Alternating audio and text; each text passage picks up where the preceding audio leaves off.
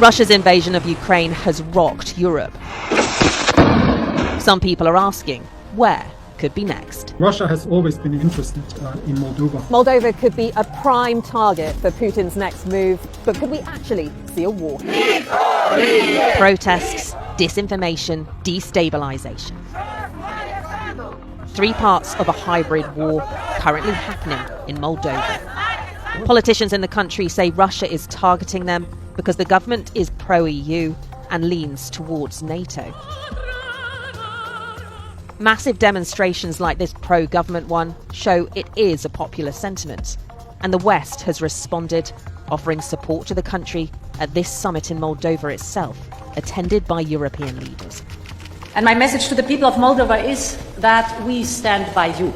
But some in Moldova don't like this direction and are trying to undermine it, apparently with support from the Kremlin. And Russia's invasion of Ukraine has got some worried this hybrid war could escalate. In order to understand why some people fear that Moldova could be Russia's next target, you need to understand both the history but also the geography of the region. This area is the old Soviet Union, basically meaning until the 1990s it was under Russian control. But then early in the decade, the USSR broke up and countries which were once part of the Union gained their independence. Here we have Moldova next to Ukraine, next to Russia. So you've got Moldova, an independent country, but there is an issue. And this is it. This sliver of land in the east of Moldova, bordering Ukraine, is Transnistria. And in 1990, pro-Russian separatists declared this was a breakaway area, essentially saying it was independent.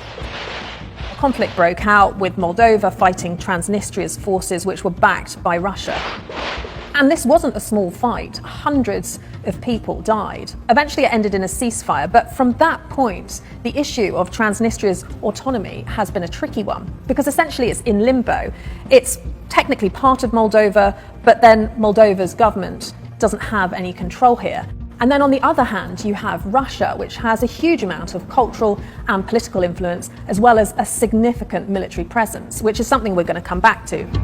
So essentially, the concern is that Russia has a satellite state in between Moldova and Ukraine, with troops stationed there, and that makes people nervous. Could those troops move into Ukraine, or could they support Transnistria in a new war with Moldova? Both are unlikely, but Russia's presence creates that uncertainty, something the Kremlin clearly wants to do. Russia has always been keen to try and prevent the successor states of the Soviet Union from drawing too closely to the West.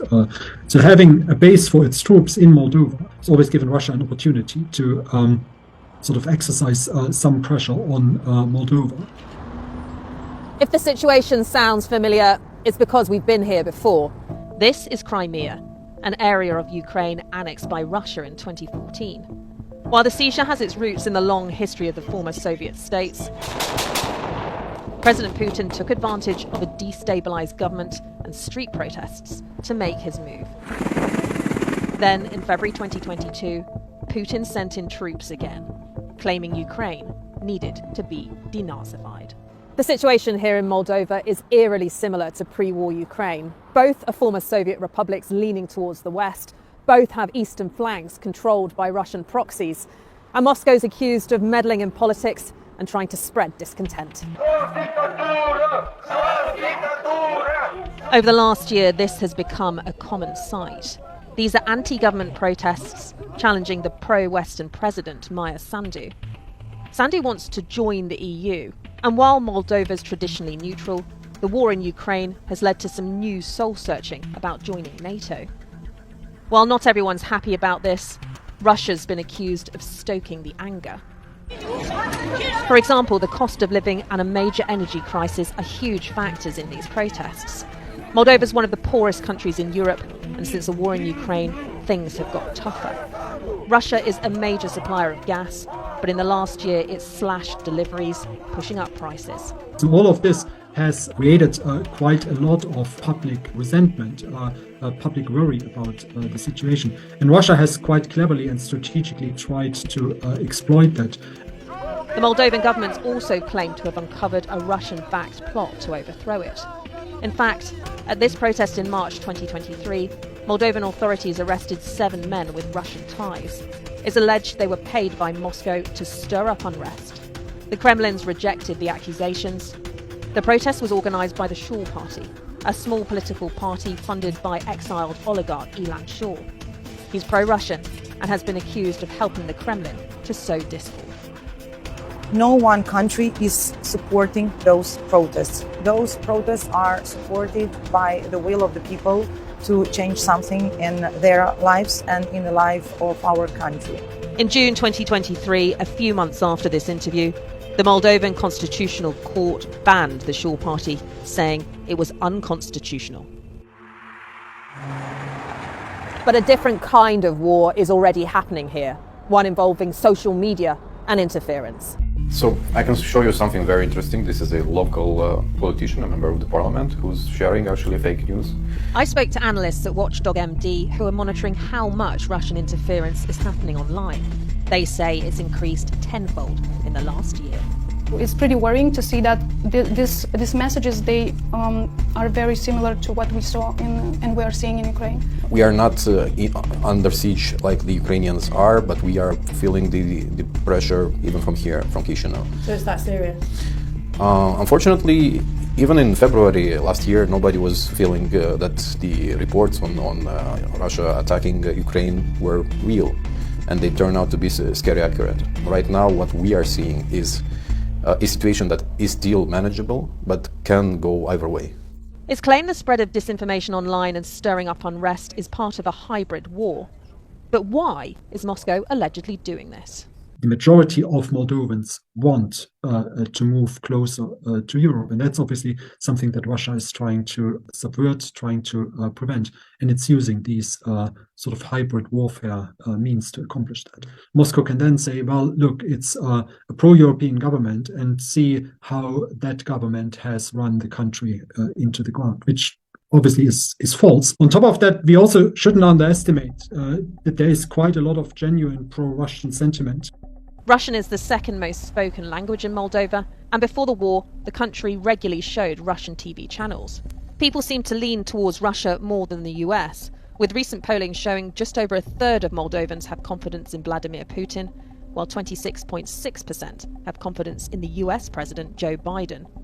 Some also blame President Maya Sandu for the energy crisis. And then there's Transnistria. This rare footage from inside the breakaway region shows just how closely it's aligned to Russia. Transnistria and Russia are one structure, and they have to be united, Andrei says. The Russian troops here are our guarantee of safety. While they're here, we are safe, this young woman adds. Around 1,500 Russian peacekeeping troops are stationed in Transnistria. It's also home to a load of Russian weapons. The massive stockpile is based in Kabazna, near the Ukrainian border. It holds thousands of tons of Soviet-era weapons and is one of the biggest munition depots in Eastern Europe. Russia is infiltrating Moldova culturally, spreading disinformation, and has a large military presence nearby. These factors mean an invasion could be possible. But how likely is it to happen? I think that is, at the moment, I would say, very unlikely. Russia does not have a common land border with Moldova. It would have to cross Ukraine, which obviously is not really feasible at the moment. Politicians don't seem to be expecting direct military conflict either. How likely is it, do you think, that Moldova could be Russia's next target? Moldova's been doing all the right things, but in his arrogance, Putin has attempted to punish Moldova for doing those right things. Today Moldova is not facing military threats. Today Moldova is facing hybrid threats, but we have proved, and our institutions have proved, and our government has proved, that in the last year we can keep the stability in this country, the calm in this country, and the peace in this country. Ukraine is something of an outlier. Its war with Russia is something we haven't seen in Europe for decades. The conflict in Moldova is different. This isn't Russian troops and tanks coming in. Instead, it's efforts to destabilize the pro-Western government. The minimum that would be an acceptable outcome from Moscow's perspective would probably be that Moldova remains in this in-between status, so that it doesn't join the EU, that it doesn't join NATO anytime soon. Much like in Crimea and Ukraine before, Russia has laid the groundwork for making inroads into Moldova. At the moment, experts aren't expecting Putin's tanks to roll in here, but the Ukrainian war has started a new, uncertain time in Europe, a time where anything could happen.